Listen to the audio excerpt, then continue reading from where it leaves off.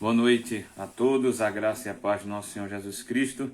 Félix Silva por aqui. Nós vamos começar uma live daqui a pouquinho com o nosso irmão em Cristo, Wesley Leonardo. Ele já está chegando por aí, vai compartilhando essa live.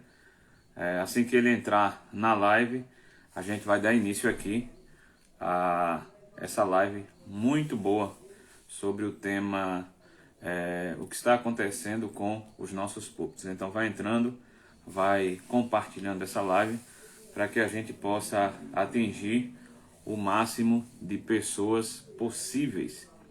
Nós só estamos esperando ele entrar na live aqui para a gente começar, tá certo?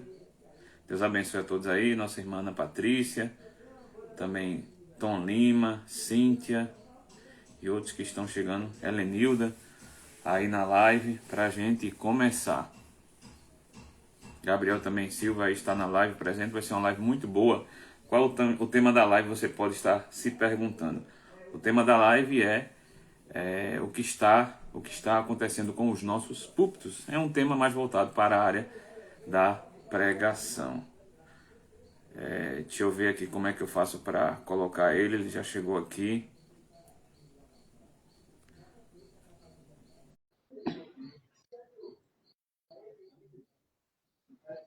Acabei de convidar, estou esperando apenas ele dar o sinal.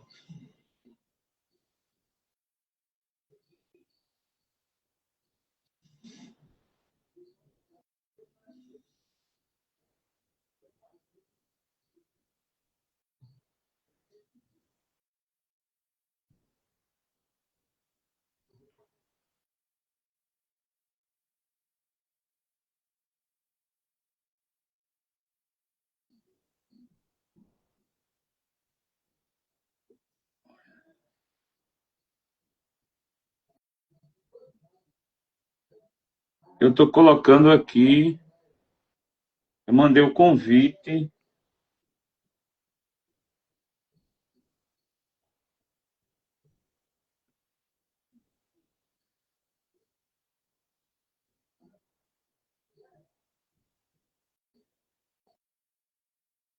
Eu aceitei o convite, Wesley. Agora eu não estou entendendo porque não está pegando.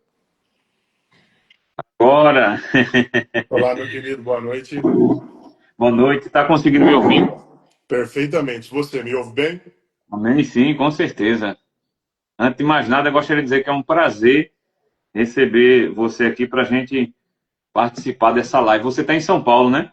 Isso, Tapira, São Paulo, interior de São Paulo aqui. Tapira, interior de São Paulo, né? São Paulo, uma das maiores cidades do Brasil, né? É, Eu tô metrópole, né? em. De selva de pedra, cidade que não dorme, né?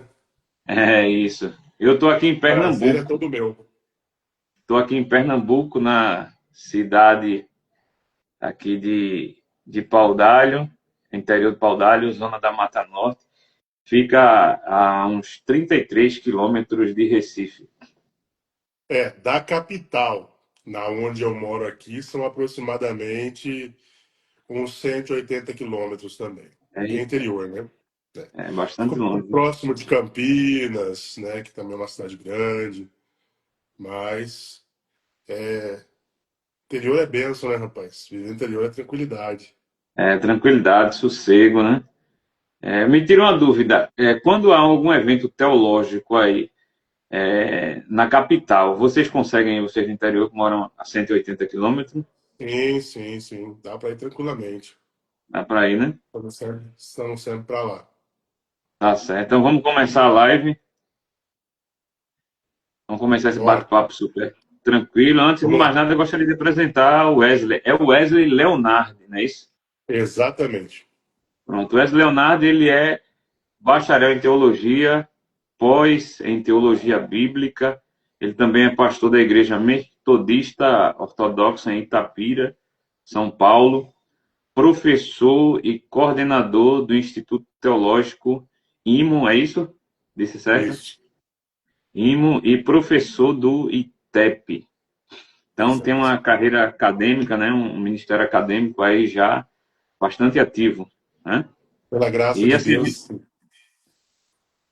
A gente está aqui para tratar sobre essa questão do púlpito, né? O que é que está acontecendo com os nossos púlpitos nos dias atuais. Há bastante tempo já há uma crise muito grande nos púlpitos. Isso diz respeito à questão, muitas das vezes, da falta de preparo dos líderes e dos ministros com relação à parte da pregação. Então, a Exato. primeira coisa, Wesley, que eu gostaria de saber de você, na sua visão teológica, é como é que um líder ele deve ter, ou como ele deve organizar uma rotina de estudos, para que ele não venha cair naquela mesmice de sempre estar pregando sermões repetitivos, ou então preparar o sermão ali na hora, feito eu já vi em alguns casos em púlpito, o pastor ele pregando o sermão na hora, melhor, preparando o É. sermão na hora ali no púlpito. Tá ali o culto tá acontecendo, ele tá ali rabiscando, lendo alguma coisa e falou que Isso. Deus deu para ele na hora ali alguma coisa, né? É, Olha, a primeira coisa, Félix, eu acho que a gente tem que começar a observar o, o tipo de pessoas que estão assumindo os púlpitos, né? Quando a gente fala de liderança, a gente tem aí uma amplitude de que seria essa liderança. Seria o corpo de presbíteros que ministram, seria o pastor da igreja. Eu acho que tudo varia um pouco do nível de responsabilidade que essa pessoa tem para com as ovelhas, para com o corpo e também a sua comunidade local. Claro que para todos os âmbitos, o conhecimento, a exposição da palavra é algo que é a base, é necessário, porque se nós não pregarmos a palavra e a Bíblia, não há pregação. Mas quando se fala de ministração, eu gosto muito de pontuar uma coisa que, apesar de o pastor ser a figura a qual ele tem essa responsabilidade de ministrar, na maioria das vezes, todos os domingos, né, trazer uma palavra para suas ovelhas todos os domingos, e quem é pastor de igreja sabe a dificuldade, às vezes, que é você sempre ter um alimento fresco, né? Mas a gente sabe que estudando, que se preparando, a gente sempre acaba trazendo, claro, com a iluminação do Espírito Santo, é um pão sempre fresco para a igreja, ou de alguma forma ou de outra, algo que venha nutrir naquele momento. Mas quando se fala de pastor especificamente, eu acho que o pastor ele deve ter uma rotina de, de vida devocional com Deus. E através dos seus devocionais, da sua vida diária de leitura, do seu momento de contemplação da vida, da Bíblia, vão surgindo, né? Vai queimando dentro dele demandas, temas, questões que ele vai tratando com a sua comunidade. E eu acho que uma coisa que é muito importante também, Félix, é que um pastor que conhece a sua comunidade, ele sabe a demanda da sua comunidade. Eu, particularmente, eu não concordo com a fala de que eu devo pregar simplesmente aquilo que me veio no coração, me veio na mente, não. Se eu sei que a minha comunidade é uma comunidade que precisa crescer em maturidade em determinadas áreas, eu não vejo problema nenhum de eu usar a pregação para conduzir a comunidade naquilo ali. Porque existe um tabu em relação a isso aí, né? Ah, não, o Espírito Santo tem que me dar uma palavra como se fosse uma caixinha de surpresa, isso, aquilo, então eu não concordo muito com isso. Então eu acho que a vida do pastor, do pregador, da pessoa que assume a tribuna ali, ela deve ser preparada no seu culto racional diário. Então, se a pessoa tem uma vida ali de contemplação, de devocional, de estudo diário, se torna menos complicado para ela trazer uma exposição bíblica. Você, como estudioso da palavra, sabe que se alguém entregar um texto, você sabe o contexto, pós-textos, a questão do original ali, fazer uma aplicação. Então não há dificuldade para isso em si. Mas por quê? Porque nós temos uma rotina de estudo ininterrupta, constante, porque a nossa vida é isso, né? exatamente. E assim, é aquilo que você disse, né? O pastor ele tem que pregar, né? Ele tem que ensinar, muitas das vezes, de acordo com aquilo que está acontecendo na realidade daquela igreja local, né? Eu conheço um Exato. pastor, por exemplo, que ele chegou para pastorear uma igreja local e ele percebeu que havia uma demanda muito grande de problemas na igreja local, é, a respeito da vida conjugal, da vida a dois. E a partir dali, ele começou, nos cultos de ensino da palavra, a trabalhar muito sobre a questão da família, da vida conjugal, porque ele percebeu que, de acordo com a realidade ali da igreja local dele, se necessitava trazer aquele tipo de exposição da palavra, porque eram muitos casais se separando, eram muitos casais querendo se separar e muitos problemas nas famílias. Então, é justamente isso que você falou, né? Então, isso é realmente é muito importante, é muito importante. Mas, infelizmente, tem caído bastante, né? A qualidade das pregações. Não é de agora, 2025. Eu acho que desde quando eu me converti, que foi em 2005, eu vou fazer 20 anos esse ano de conversão, eu tenho percebido e que caiu muito a pregação, muitas das vezes na vida do líder, do pastor, porque o pastor local, às vezes, além dele fazer o trabalho pastoral de aconselhamento, visitação, ele ainda cuida das rotinas administrativas da igreja. Às vezes ele é um pastor que ele não tem apenas uma igreja local, ele tem duas, três pastoreando, Isso. tá entendendo? Ele não tem tempo direito de fazer um devocional, como você falou, não tem um tempo direito de sentar, de estudar a palavra para pregar, então ele sobe nos púlpitos, nas carreiras, como a gente diz aqui no Nordeste, né? Então ele prega muitas das vezes o que vem na mente. Eu me lembro de uma citação, não lembro quem foi o pregador que falou, estava assistindo uma vez na internet, que existia um pastor numa igreja onde o sistema da igreja era um sistema congregacional, né? Que tem assembleia de membros. E a membresia da igreja começou a perceber que a qualidade da pregação do pastor estava caindo cada vez mais. E se reuniu em assembleia, ou se reuniram em assembleia, perguntaram, pastor, a gente tem observado que a sua pregação não é uma pregação muito profunda, não é uma coisa muito trabalhada. Como é que o senhor prepara a sua pregação? Ele disse, não, eu preparo no meio do caminho, quando eu venho de casa para cá, eu já venho pensando no texto, já vou criando os pontos e na hora eu chego ali e prego, né? Então veja, aí, segundo a informação desse pregador que estava falando isso, a igreja se reuniu em assembleia e demitiu ele. Demitiram ele. Exatamente, Justo. né? E isso no sistema democrático, né? Sim, Congregacional. No sim. sistema episcopal já é difícil disso acontecer. Aí os membros vão ter que aguentar. O membro vai ter que aguentar. É verdade. Vão ter que aguentar, não Mas, adianta, vai ter que fazer muito não. na sua opinião, por que caiu muito a qualidade das pregações? Eu acho que tem dois pontos aí muito importantes. O primeiro é quem está pregando e o segundo é quem está ouvindo. Por quê?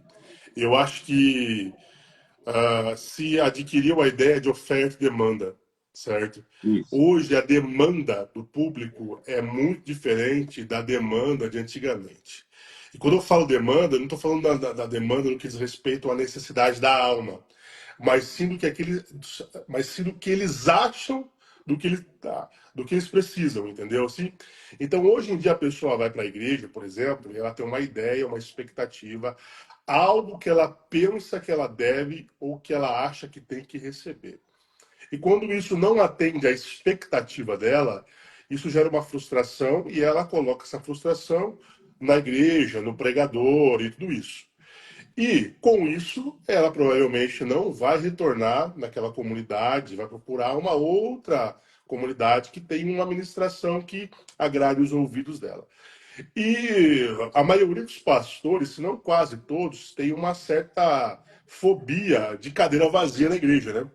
Então começou a esvaziar as cadeiras, eles começam a pensar qual que é a forma que nós podemos ocupar esses lugares dentro da igreja. E muitas das vezes a forma de ocupar essas cadeiras aí é investir numa iluminação, é investir num tipo de música, mas também investir num tipo específico de pregação, que é o tipo de pregação que vai massagear, é a pregação que vai lidar mais com a questão individual da pessoa. Porque nós esquecemos que quando nós nos reunimos em igreja, a mensagem é pro corpo, é pro coletivo. E muitas das vezes isso tem uma raiz na própria leitura bíblica do cristão. O cristão lê a Bíblia muito para ele. Então ele pega, ele lê um texto lá, por exemplo, Isaías.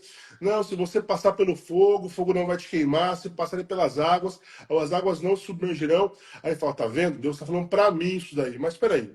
Quando Deus usou o profeta para falar isso, está falando para uma pessoa? Não, está falando para o povo. Então, a mensagem é para uma nação. Hoje, o Israel de Deus, no entendimento, né, popular, enfim, é a igreja.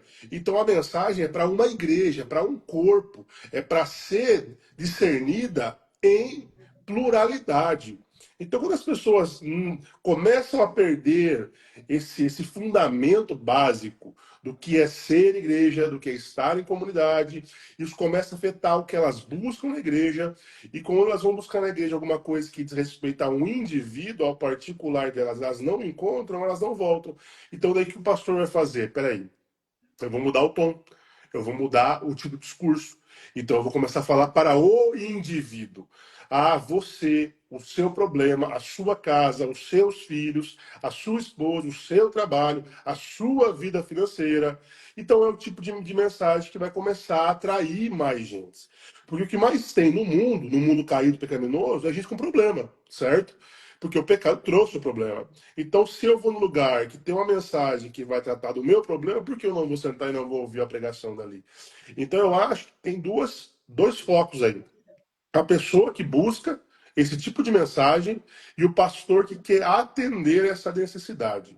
Então, eles vão diluindo. E com isso, vai se perpetuando, vai se, de uma certa forma, contaminando todo o ambiente. Então, a pessoa acostuma com isso, o pastor acostuma com isso. Isso gera uma deficiência. Aí vai cair naquilo que Hebreus vai falar, né, na hora que ele trata algumas questões ali, por exemplo, vocês já deveriam ser mestres em certas questões, mas constantemente temos que voltar e falar dos fundamentos da fé. Então, todo culto é a mesma coisa, a mesma coisa, a mesma coisa, e não há crescimento. Então, aí nós temos um púlpito deficiente, e tendo um púlpito deficiente, temos membros deficientes e um corpo deficiente ali e tudo mais. É verdade. Então, na sua ótica, o problema é nesses dois pontos aí, né? E eu tenho observado isso também, por incrível que pareça, não é de hoje. É uma liderança que... Isso acontece principalmente no meio mais neocarismático, carismático, e também, dependendo de cada liderança no meio pentecostal. Há uma necessidade, ou se sente a necessidade de quem prega, de às vezes pregar para agradar, né? Pregar para agradar. Por exemplo, eu sou de um contexto pentecostal, né? Aí no contexto pentecostal nós temos o culto durante a semana, que é culto de ensino, ou culto de doutrina, alguns lugares chamam culto da palavra, e no domingo você tem o culto normal.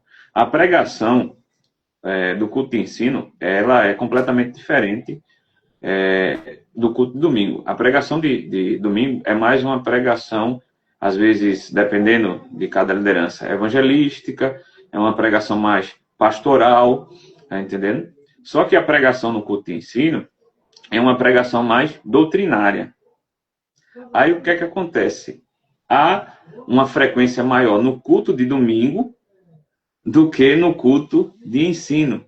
É como se as pessoas pensassem da seguinte forma: eu não vou para o culto de ensino porque a palavra ela vai me corrigir, ela vai bater na ferida, como dizem, né? No linguajar Mas popular. eu penso, Mas, desculpa cortar, Félix, mas eu não, penso que tranquilo.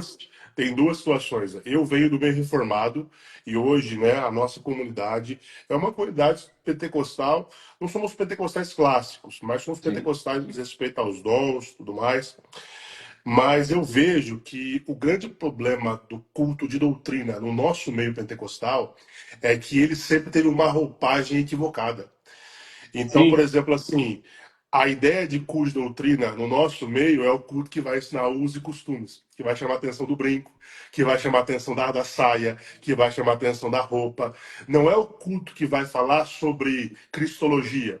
Não é o culto que vai falar sobre armatiologia.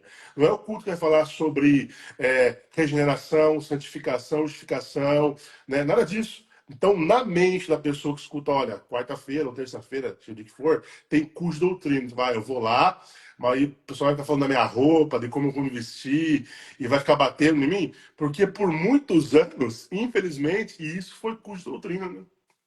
Isso, isso. Hoje, apesar de que hoje em dia, pelo menos aqui, eu vejo isso assim, que não se tem mais essa visão, mas tem aquela visão de que culto doutrina é uma palavra muito forte, muito dura, né? E o povo muitas vezes não quer esse tipo de Não quer. mensagem porque bate de frente, né, contra os pecados. Mas no culto de domingo, a igreja está cheia, tá entendendo? Sim. Acontece muito isso. Então, realmente é o que você disse. Às vezes, o pregador, ou até mesmo a liderança da igreja, ela se sente nessa responsabilidade de poder agradar, porque ela começa a perceber que os bancos estão esvaziando. Então, o que é que a gente vai fazer? A gente tem que encher a igreja, a gente tem que trazer o povo. Aí isso vai negociando o conteúdo da mensagem. A mensagem que às vezes era uma mensagem muito cristocêntrica passa a se tornar uma mensagem mais palatável, uma mensagem de autoajuda, Antropocêntrica, né? Uhum. antropocêntrica, motivacional, tá entendendo? Então, acaba se trazendo esse tipo de mensagem, aí o povo começa a se agradar mais. Mas eu já vi acontecendo também, por incrível que pareça, o contrário. Às vezes, o líder, ele tinha uma mensagem mais motivacional e o povo começou a se afastar, porque o povo estava querendo ensinamento Sim. bíblico. Então, ocorre isso também, mas isso que você disse é uma verdade, realmente. Na O nossa motivo de Cristo. comunidade em específico, né? Claro que eu vou ser muito, muito, né? Vou estar aqui falando, vendendo meu peixe, digamos assim. Mas a nossa Uhum. comunidade, de certa forma, nós não temos. Nós temos dois cultos coletivos na semana, que é o culto de quinta-feira e que é o culto de domingo. Ambos os cultos não têm temáticas específicas. Tanto na quinta-feira quanto no culto de domingo, nós pregamos doutrina, nós pregamos o evangelho que diz respeito a essa questão mais radical. E lá nós temos uma filosofia, vou se eu posso usar isso, de que realmente nós não iremos negociar a mensagem preocupados com se vai encher ou não. Então, né, o corpo de pastores, o corpo de presbíteros ali, é tudo muito alinhado, inclusive, né, nós sentamos recentemente para alinhar algumas questões muito, muito pertinentes, algumas visões, para que todos pregassem na mesma visão, algumas doutrinas muito específicas. Então, nós ali, nós temos uma preocupação de realmente, seja no culto que é um culto mais cheio ou um culto mais vazio, de realmente trazer, na maioria das vezes, a gente sabe que tem dia Deus quer realmente trazer um certo acalento, um bálsamo, mas constantemente é confronto ali, né? A gente procura e já nos, de certa forma, já criamos, já diminuímos as nossas expectativas, falando assim, olha, essa mensagem não vai ser a mensagem que vai lotar, mas é a mensagem que vai salvar. Então nós queremos o quê? Que nós queremos um prédio cheio de pessoas ímpias ou um prédio com pessoas que realmente são igreja e nós chegamos, né, ao consenso que realmente importa, que é sucesso, né, ministerial à ótica divina. Me tira uma dúvida. Você falou aí de pastores, né? Isso é um problema. Estão preocupados em encher a igreja e negociam o conteúdo da palavra. Isso acontece no meio metodista, porque a gente sabe muito bem que isso acontece no meio pentecostal, dependendo da liderança. No meio, quer dizer, isso acontece no meio pentecostal, dependendo da liderança, pode acontecer no meio pentecostal, carismático, mas no meio metodista, isso acontece também. Acontece. Acontece também. Eu vejo que o problema aí a gente cai na questão do próprio ser humano e do seu coração, né? Eu acho que na onde há um ser humano de carne e osso e com o seu coração pecaminoso, isso vai ocorrer. Porque as metodistas, existem várias metodistas, né? Por exemplo, a nossa metodista é a metodista ortodoxa, não é a wesleyana. Então, o nosso modelo de governo, ele tem o pastor presidente, nós temos a nossa irmandade, onde nós temos o bispo, mas cada igreja funciona como se fosse uma batista, ela é independente, apesar de termos uma irmandade. Então, nós temos total liberdade para que nós venhamos caminhar de forma bíblica, claro, mas independente também, né? Mas com certeza, sem sombra de dúvida, isso acontece no nosso meio também. E olha, eu vim no meio presbiteriano do Brasil. E lá temos um problema que muitas das vezes a mensagem também ela pode ser influenciada pelo corpo de presbíteros, porque lá é a mesma coisa.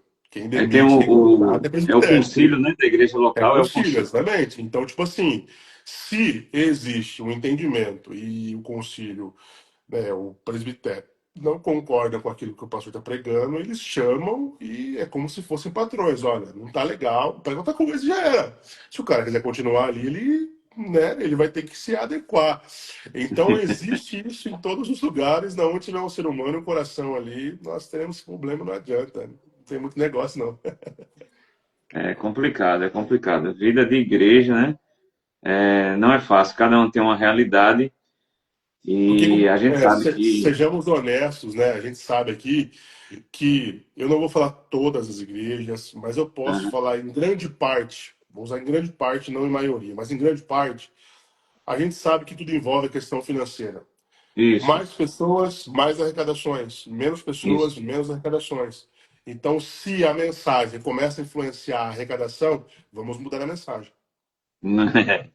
É complicado, complicado. Mas assim, há uma ideia, né? Eu não lembro se eu já li isso em algum livro, se eu já vi alguém do meu reformado ensinando, dizendo que a pregação expositiva, ela pode ser justamente a solução para esse problema que a gente enfrenta no Brasil com relação aos púlpitos. Você, como teólogo, pastor, professor, você acha que a pregação expositiva realmente é a solução para esse problema? Félix, eu acho que talvez a minha opinião seja um pouco polêmica, mas eu acho que não. Eu acho que a pregação expositiva virou o bezerro de ouro do movimento neo-reformado. Porque hoje em dia tem muito pentecostal enrustido, né? Porque o que acontece? Com o avanço da teologia reformada, porque, olha, até 10, até 15 anos atrás, o meio reformado sempre foi muito restrito. Mas com o avanço da internet, de nomes como Augusto Nicodemos, Hernandes Dias Lopes e muitas outras figuras do meio do meio reformado, então criou-se, né, o próprio Paul Washer, que é uma grande figura, o pastor Paulo Júnior, pessoas do meio reformado levaram essa cultura reformada, essa teologia reformada de abriram mais, né? Então, as pessoas começaram a falar assim, ó, a grama do vizinho é mais a grama do vizinho é verde e é mais bonita e sacia mais. E na verdade não. Então criou-se um pedestal, fizeram um bezerro de ouro da pregação expositiva e colocaram a culpa de todos os problemas é porque a Assembleia de Deus, é porque a Metodista, é porque a Batista não pega expositivamente. E lá na Presbiteriana ou em qualquer outra igreja reformada, eles pregam expositivamente. E, cara, tem problema do mesmo jeito. Entendeu? Assim, eu particularmente, como um expositor da palavra de Deus, eu acho que tudo, como eu disse para você quando a gente começou aqui, é tudo de demanda da sua comunidade local.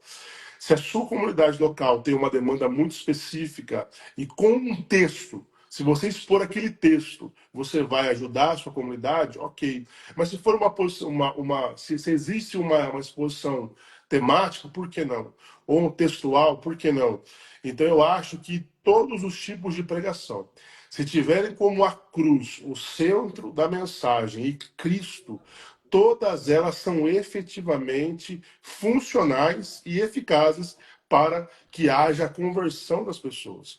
Porque, verdade seja dita, para você pregar expositivamente, você tem que conhecer muito bem a Bíblia, o texto e todas as demais coisas. E o principal, como aplicar aquilo ali. Porque tem gente que acha que pregar expositivamente é você ler o versículo e explicar contexto.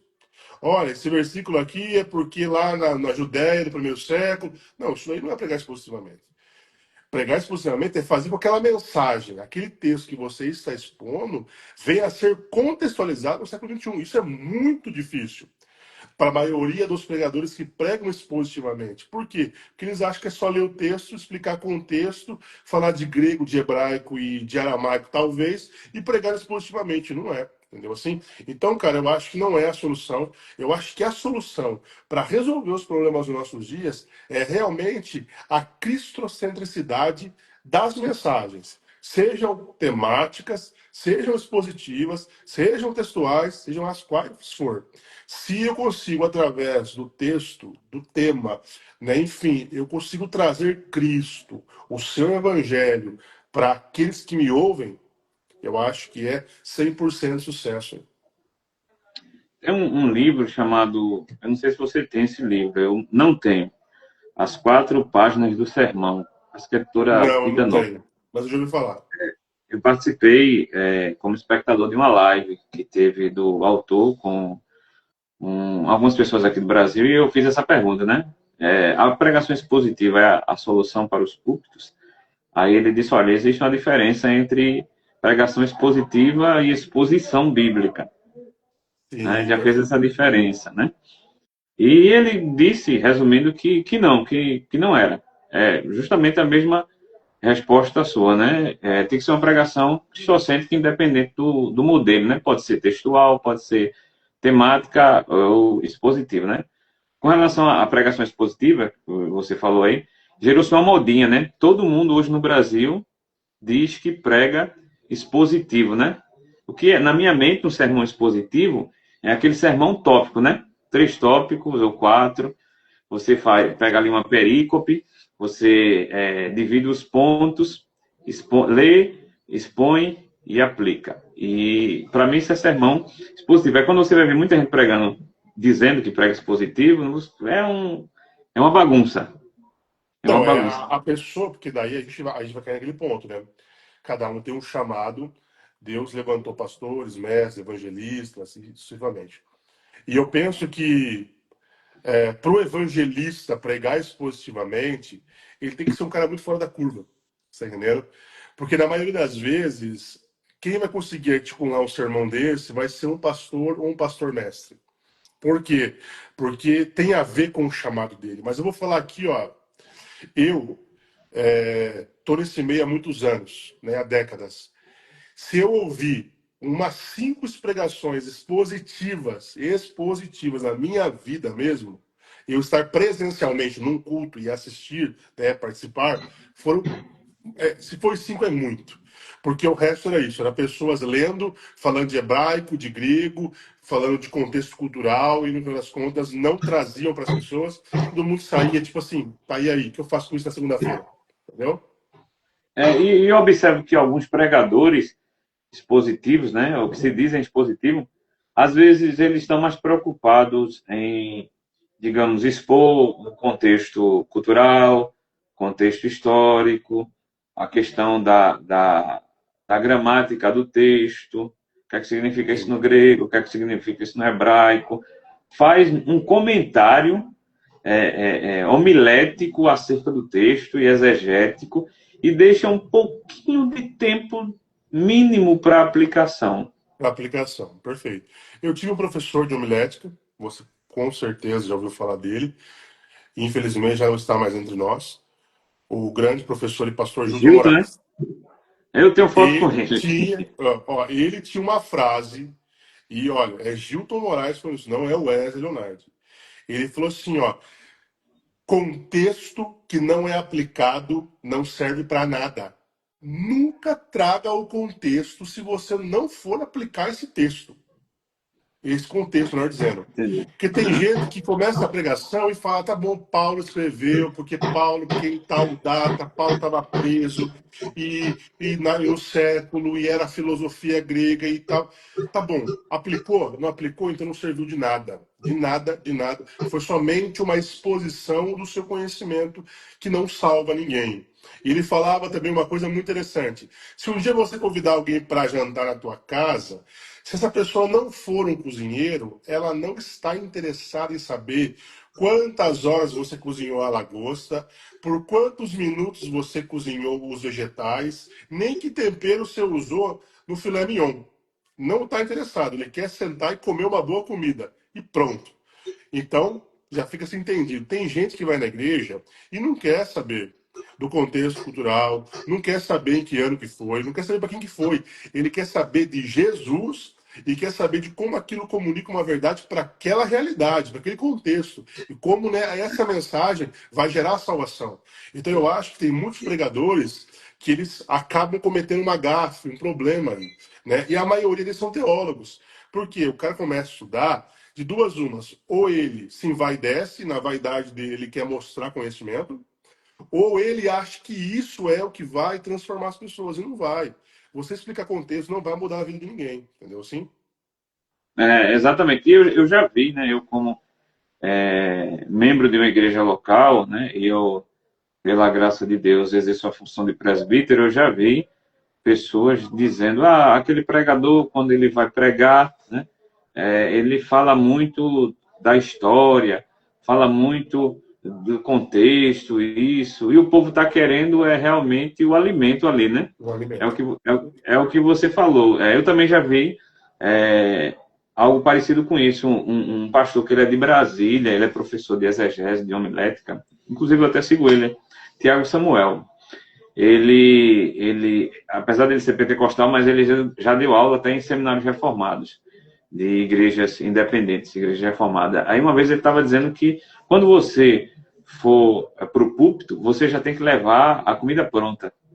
Isso, Você não perfeito. precisa dizer, olha, eu usei tanto de sal, eu cortei dessa forma, eu usei esse molho. Não, você já tem que chegar ali com a pregação pronta e lançar para o povo e pregar para que o povo saia dali alimentado. O que acontece muitas vezes, como você disse, o pregador ele fica envaidecido, o estudante, o seminarista fica envaidecido. Então, ele chega ali no púlpito e ele quer esbanjar conhecimento. Exato. Está pouco preocupado se a igreja vai se alimentar, não. Ele quer esbanjar conhecimento para depois que ele descer do púlpito, alguém dizer, rapaz, você está pregando muito, hein?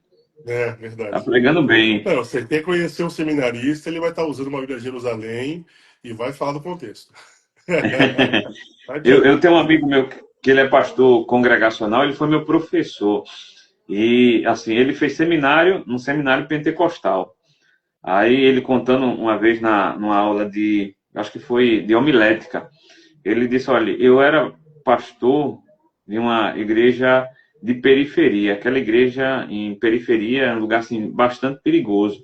E uma vez a gente foi fazer um evento evangelístico debaixo de uma ponte lá que tinha no bairro dele. E ele disse que estava no seminário empolgado e começou a pregar lá, no evangelismo lá, e começou a falar de teologia sistemática, começou a citar Berkoff e falou um monte de termos acadêmicos. Aí ele disse, quando terminou a evangelização, um membro da igreja dele disse, pastor, o senhor está pregando muito, viu? Parabéns, uma bênção o senhor pregando. Só tem um problema, é que eu não entendi nada do que o senhor pregou. Pronto, as coisas. Então, essa é a Exatamente. realidade, infelizmente, né? Essa é a realidade. Aí, como Infelizmente. você falou aí, me lembrou também o Mark Dever. Ele diz justamente isso em uma das suas aulas que ele deu há muitos anos atrás pela editora Fiel acerca de pregações positivas. Ele só não precisa você estar falando contexto histórico e contextualizando tudo. Não, vá, expõe o texto e aplique, o povo quer ser alimentado. Não precisa disso tudo, né? Que às Exato. vezes o pregador ele está preocupado. Então, Verdade. essa é a realidade. Mas, assim, voltando à questão da liderança. Você acha que a igreja local deve incentivar, né, o seu líder, o pastor, a pessoa que é responsável ali pelo ensino, pela ministração da palavra, para que ele possa ainda mais crescer no conhecimento para trazer boas. E eu pergunto isso porque aqui em Pernambuco tem uma igreja que ela tem em todo o Brasil, que é uma igreja de linha reformada, né? Você já foi reformado. E há muitos anos atrás eu fiquei sabendo que a igreja, além de destinar um valor para o sustento do pastor, que é o salário, né? Óbvio, a igreja também destinava um valor para que ele pudesse comprar livros e investir na vida acadêmica dele, leitura da palavra, mais conhecimento, para que ele pudesse trazer cada vez mais um alimento melhor para a igreja. Rapaz, olha, eu acho que esse incentivo da comunidade, ele é muito importante. Eu acho que daí a gente vai falar de contexto e contexto, né? Eu acho que uma igreja pequena, Né? uma igreja que ela tem uma certa deficiência, talvez financeira, e pessoas mais humildes vai enfrentar uma dificuldade nisso, né? De talvez Sim, separar um valor e dessa forma. Mas eu penso que o pastor em si, né, o líder em si, ele por si só, ele tem que pensar nessa questão. Mesmo que a comunidade que hoje ele pastoreia, que ele lidera, não tenha condições de uma certa forma de investir nele, mas ele fazendo investimento nele mesmo é muito importante.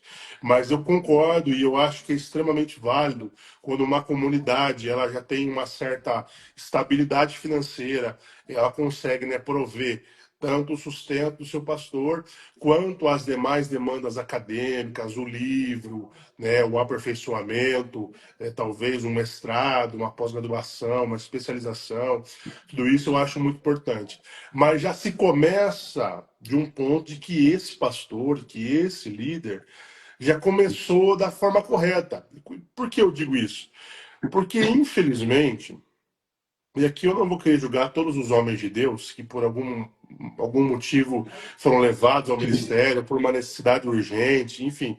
Mas nós temos um grande número de pastores ainda hoje que não sabe, por exemplo, né, explicar sobre Trindade, não sabe defender a Trindade. Não precisaria nem falar de questões muito complexas. Não saberia explicar, né, sobre propiciação, como que se dá, não sabe, sério, que é tipologia bíblica. Então, há muitos pastores extremamente leigos, né? Eu julgo que na minha visão particular, eu penso que todo pastor deveria ter uma função, uma formação acadêmica teológica, né? Mas eu também entendo contexto e contexto, né? Lá no fundo do sertão, numa igrejinha pequenininha, tem um homem de Deus que foi levantado para pastorear aquela comunidade e ele precisa ser teólogo. Eu penso que não, eu penso que Deus sabe cada um que levanta, na onde que levanta, para o público que levanta. Mas usando o senso comum e a maioria das pessoas. Eu penso que o pastor deve ser essa figura que é uma referência teológica também. Então, se o pastor já não tem esse costume de estudar, já não é o cara que se debruça, que nunca leu um livro na vida, como é que a comunidade vai também incentivar, ou, né, melhor dizendo, financiar os estudos dele? Porque ele é uma pessoa que já não tem esse costume, né? E a gente sabe que são inúmeros líderes, inúmeros pastores que não têm essa fome, essa busca, ou até mesmo o entendimento de que isso é necessário. Infelizmente, no meio pentecostal, isso é muito maior, né? Esse preconceito contra o pastor teólogo, né? Contra a figura da teologia existe. Tem diminuído muito, né? Nós temos muitos nomes dentro da teologia pentecostal que estão tomando notoriedade, que estão rompendo isso daí, né? Meu amigo, o pastor Eliseu Rodrigues, é uma figura que tem sido responsável por muito disso. Ele é um grande pregador, mas ele é um professor também. E ele incentiva muito o estudo teológico. E ele, por ser uma figura de proeminência, que viaja o Brasil inteiro, então ele acaba que também, né, já influencia dessa forma. Então nós observamos que está mudando, mas ainda existe preconceito. Por haver esse preconceito, às vezes a própria figura, o próprio pastor não tem a busca, a comunidade não consegue investir. Mas para ser, né, mais direto, eu acho que é extremamente necessário o investimento da comunidade na pessoa que está ensinando, liderando. E digo mais, não só do pastor, do professor de escola dominical, na pessoa que se destaca para isso. Então eu penso que o corpo é aquele que vai observar e ver, né, na onde cada um foi chamado. Porque eu não posso, eu sou mestre. Quem vai ver o chamado de mestre minha é a comunidade. A igreja vê no indivíduo o chamado. Então, se a igreja vê em primeira pessoa o chamado, é de obrigação dela investir, incentivar, né? Custear, se possível. certo, certo, isso é verdade. Mas essa realidade do que você falou aí, do preconceito com quem faz teologia, a gente sabe bem que isso sempre existiu no meio pentecostal, até porque se a gente pegar, por exemplo, aqui no Brasil, o primeiro seminário da Assembleia de Deus se não me falha a memória, começou na década de 70, né? 70, Se a exato. gente comparar com as igrejas históricas, né, Aham. ainda é muito novo A a Assembleia de Academia Deus chega Pentecostal do Brasil. a Assembleia de Deus chega em 1911. O primeiro seminário vem depois de 69 anos. 6 Isso, décadas. É muito tempo. exatamente. É muito tempo. E um detalhe interessante, né, é que o Gunaving, que era um dos principais cabeças da missão no Brasil, ele era formado por um seminário de Chicago, né? O Daniel Berg Exatamente. não, era leigo. Sim. Mas por conta Ele, da questão do fervor pentecostal, do jeito pentecostal de ser, as pessoas supervalorizavam a experiência em detrimento da da intelectualidade conhecimento. e acabou se gerando um preconceito muito grande com a intelectualidade, por isso que sempre existiu essa barreira com relação ao conhecimento bíblico. Mas, assim, no meio metodista, já existiu esse preconceito também, ou ainda existe por parte de alguns? Eu posso falar do nosso meio, que é, né, a Irmandade e o Metodismo Ortodoxo. A nossa Irmandade tem de existência 92 anos no Brasil, a nossa Irmandade. Nossa sede é no Rio de Janeiro, né, Bispo José Francisco, e dentro do nosso meio, o ensino teológico ele é algo incentivado desde sempre. Inclusive, né, dentro da nossa Irmandade, nós temos materiais teológicos, nós temos seminário teológico, então é algo que já vem da cultura da metodista ortodoxa, né? Então, da nossa Irmandade, do nosso meio, sempre foi algo muito valorizado, muito respeitado a figura do pastor teólogo, do teólogo, né? E eu acho que dentro do nosso meio, de novo, né? Eu sou, para falar do meu meio, mas nós temos um respeito muito grande com esse equilíbrio, né? Da questão do estudo e da experiência. Nós valorizamos também a experiência coletiva, certo? Porque a individual a gente sabe que existe, mas cada um, cada qual. Mas a experiência do corpo de Cristo, né? Então, para nós é muito importante. Nós entendemos que são como asas de um pássaro, né? A teologia, a experiência, a vivência da teologia prática, a questão espiritual. Então, para nós, no nosso meio, isso é muito incentivado, muito importante, é algo que é muito bem visto, né? Isso é bênção, é bênção. É você se preparar, você estudar para o Santo Ministério de desenvolver a sua função bem como pregador, como ensinador da palavra, né? Como você falou, né? No meio pentecostal, cada dia mais aí nós estamos vendo alguns teólogos pentecostais aí se destacando a nível nacional, como você citou aí, o pregador e também teólogo Eliseu Rodrigues, né? Eu poderia citar também o Gutierre Siqueira, né? Que Nossa, com desde o certeza. começo, quando o Gutierre apareceu, eu disse para ele, né, pelo Instagram, eu disse, Eu olha, eu acompanhava o vejo que Gutierrez quando ele escrevia num blog dele. eu lembro o Quando blog. era blog, entendeu assim? E eu lembro que, tipo assim, eu tava saindo meio reformado e ele já escrevia muito conteúdo no blog dele quando a internet era só mato, digamos assim, né? E eu tinha uma questão muito particular com línguas estranhas. E vindo meio reformado, para mim que eu era um absurdo, cara. E ele escrevia coisas muito ponderadas e muito bíblicas, sabe assim? E para mim, muitos dos materiais do Gutierrez me ajudou a questões internas com algumas questões de dons aí, cara. Foi muito importante para mim. Isso eu lembro dessa época do blog Teologia Pentecostal, né? Exato. Aí, aí depois ele começou a escrever. Quando ele lançou o primeiro livro, eu mandei uma mensagem para ele.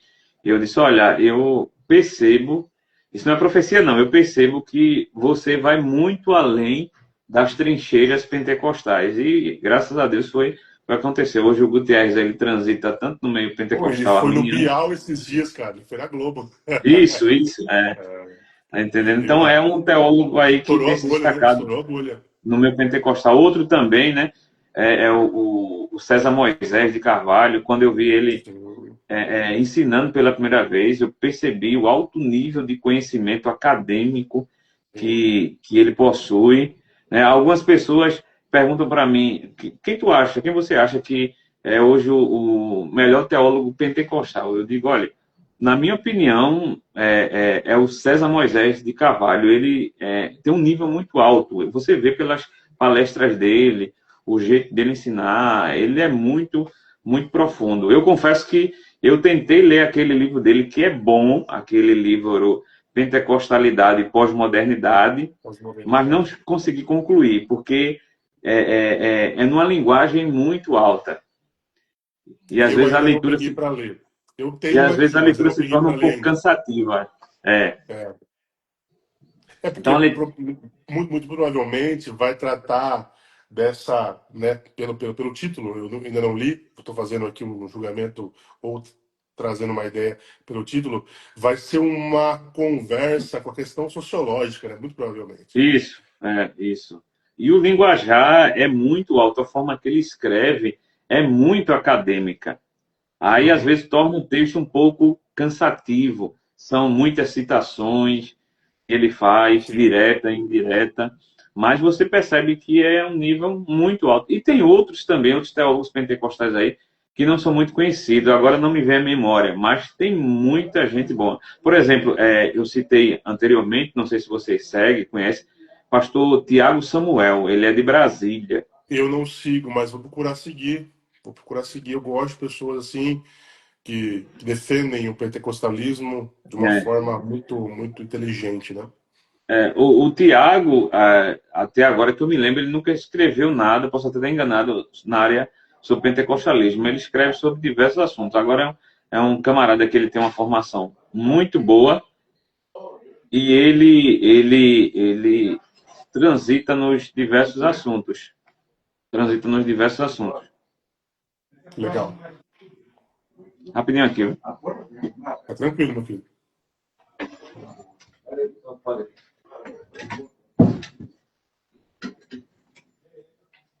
Voltei aqui rapidinho. Então, o Tiago Samuel, ele é um camarada muito inteligente mesmo. Depois eu vou mandar o link do Instagram Mande, dele por para favor. você ver. Ele levou até o Craig Kinner para um evento teológico em Brasília, quando o Craig Kinner veio da última vez. Ele dava aula, eu conheci ele, né, através de vídeos no YouTube, vídeos antigos, ele dando aula numa faculdade de uma igreja batista reformada em Brasília.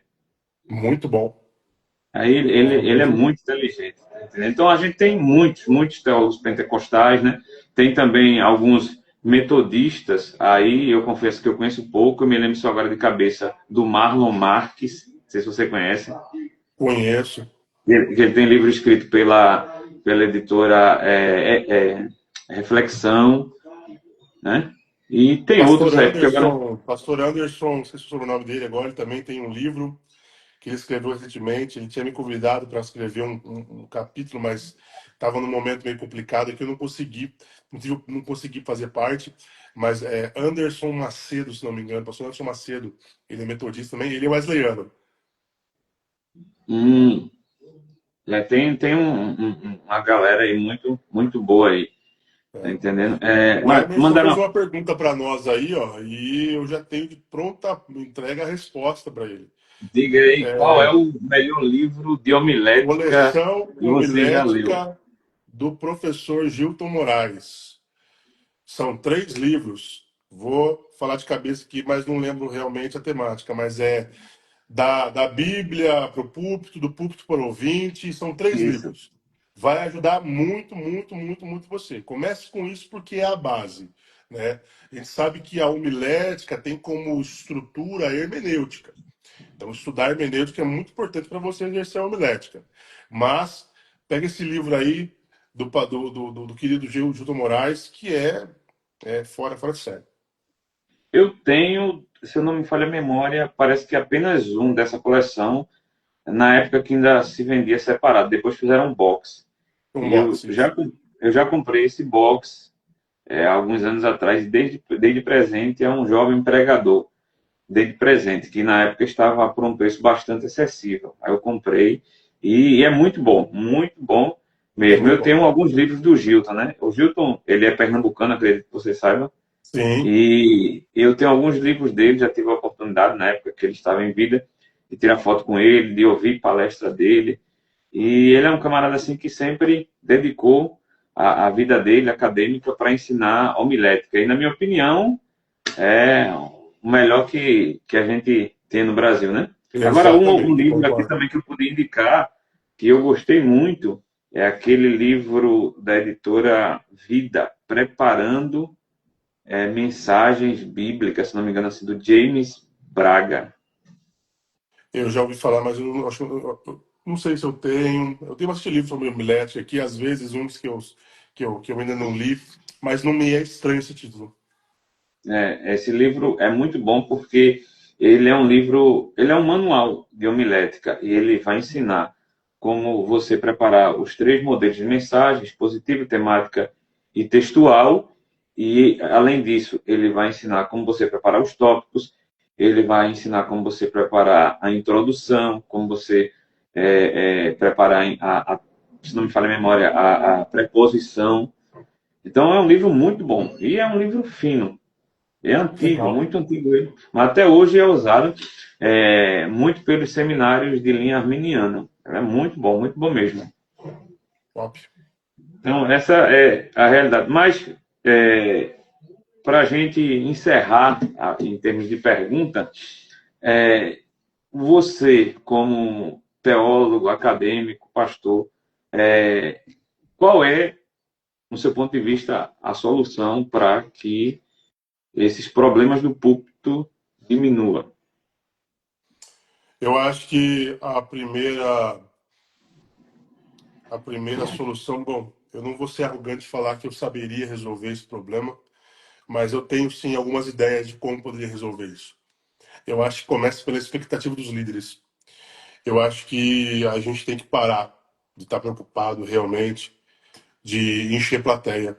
Eu acho que está na hora dos líderes, dos rebanhos, desencanarem disso, de querer encher plateia, de parar de comparar os seus ministérios com esses nomes que eles veem na internet, que arrastam multidões.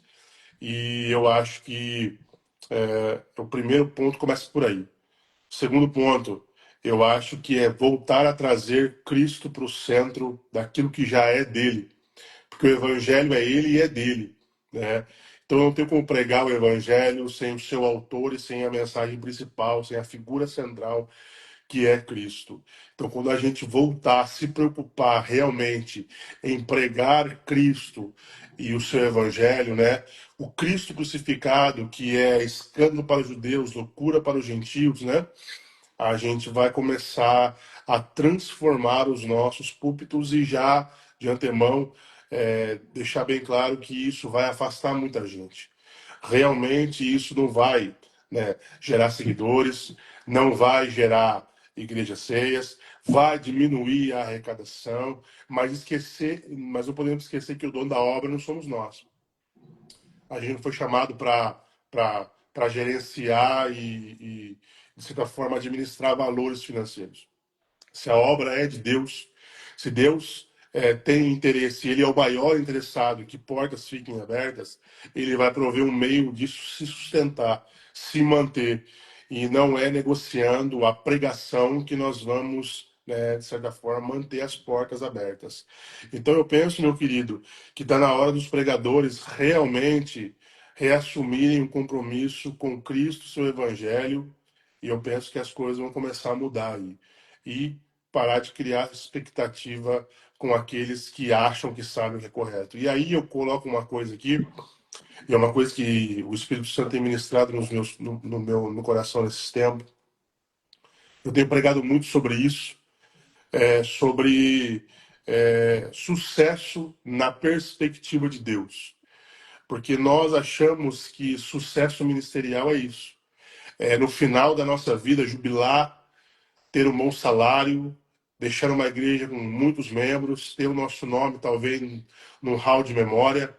E quando nós pensamos em sucesso ministerial da ótica divina e bíblica, quando eu olho para Paulo, quando eu olho para Pedro, quando eu olho para os profetas do Antigo Testamento, eles não alcançaram aquilo que nós achamos que é sucesso.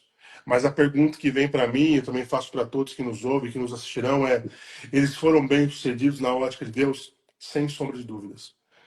Paulo, ele acabou o final da sua vida numa cadeia romana, na onde não havia banheiro, fétida, escura. Ele terminou como um homem doente que perdeu a sua vida porque foi decapitado por uma mensagem. Na perspectiva nossa, isso é sucesso? Muito provavelmente não. Mas na perspectiva divina, ele foi um homem muito bem sucedido. Deus chamou o profeta e falou assim: ó, vai lá, prega para aqueles homens, eles não vão te ouvir. Deus falou para o profeta, eles não vão te ouvir, mas vai lá e prega. Então, o sucesso que nós devemos buscar é o sucesso na ótica divina, sucesso na ótica do céu e bíblica, e parar de tentar, né, atingir as expectativas do mundo aí. Eu penso que se mudar o coração, né, se a mentalidade se encaixar com isso, as coisas vão melhorar.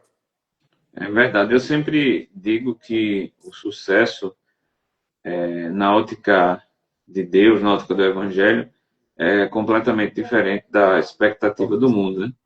Porque a Sim. gente acaba, como seres humanos pecadores, recebendo uma influência muito grande das coisas do mundo e a partir daí a gente vai para o Evangelho e a gente acaba querendo misturar as coisas e trabalhar uma expectativa de sucesso no coração da igreja ou na igreja que pastoreia para que a gente possa ter algum tipo de relevância na comunidade, relevância na sociedade e com isso atrair os olhares do povo para a comunidade local e fazer a comunidade também, né, crescer de forma avassaladora, né?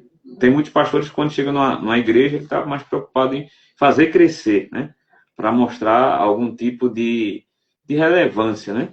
E a gente encontra comunidades hoje no Brasil que há 5, 10 anos não cresceram numa expectativa humana, mas são igrejas fiéis, igrejas que pregam a palavra com sinceridade, onde o pastor muitas das vezes precisa trabalhar para se sustentar, ganha o sustento da igreja, que já não é o suficiente, e precisa trabalhar, mas está ali fazendo o trabalho de Deus de forma fiel. Então, realmente, essa é uma verdade muito grande tudo isso que você falou. Mas, Wesley, foi um prazer receber você, né, aqui conosco, bater esse papo super legal. Espero que a gente tenha outras oportunidades para fazer outras lives, conversar, bater um papo, né? Para mim, conversar com um debatedor do Vejam Só.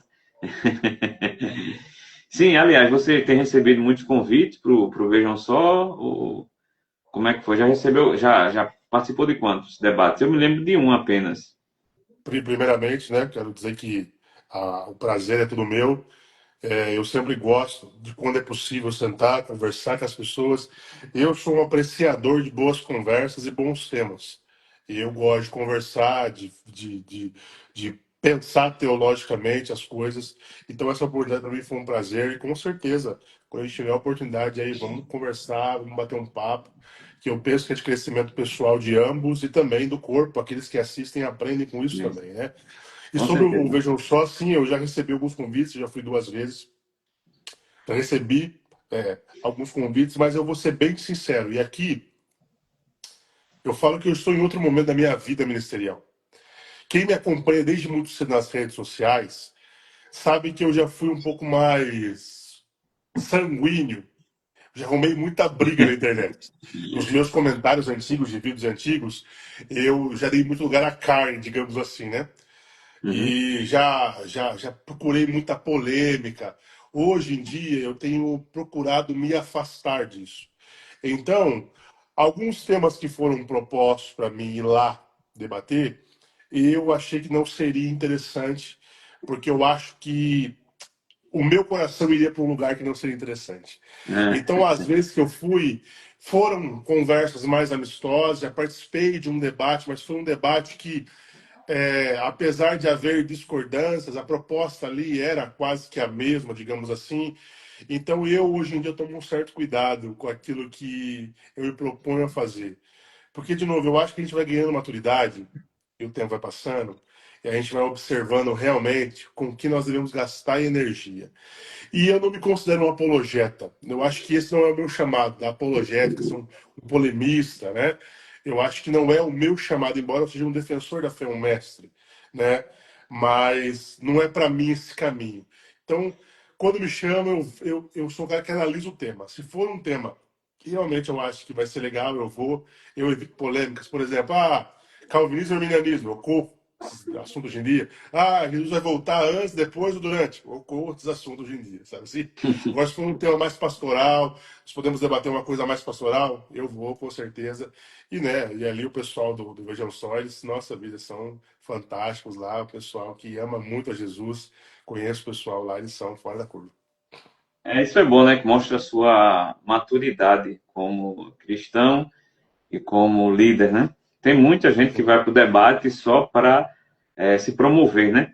Se promover no Exato. debate, ganhar mídia, ganhar mais seguidores e por aí vai. Então, realmente, o seu exemplo ele deve ser seguido por muitos aí que visam estar em debate. Mas, volto a dizer, foi um prazer receber você. Quero dizer aos irmãos que ficaram conosco que a live vai ficar gravada.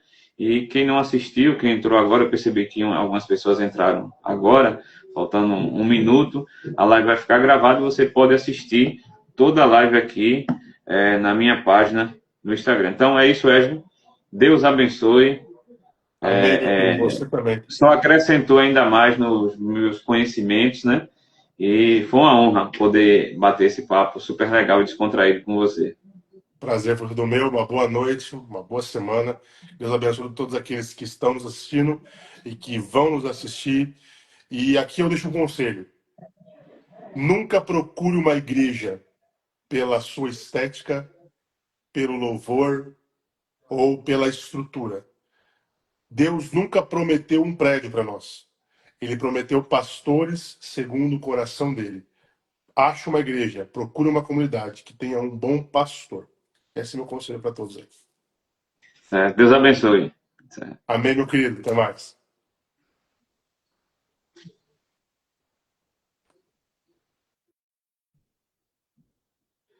É isso aí, pessoal. Volto a dizer que a live vai ficar salva. Você pode assistir a live inteira. Quem entrou agora, gostaríamos de agradecer aí a presença de Felipe Mike, também Estética Linda, Silas Aureliano, Stanley Andrade, Gláucia Estrela, Fábio Ney e tantos outros que participaram da live. Deus abençoe.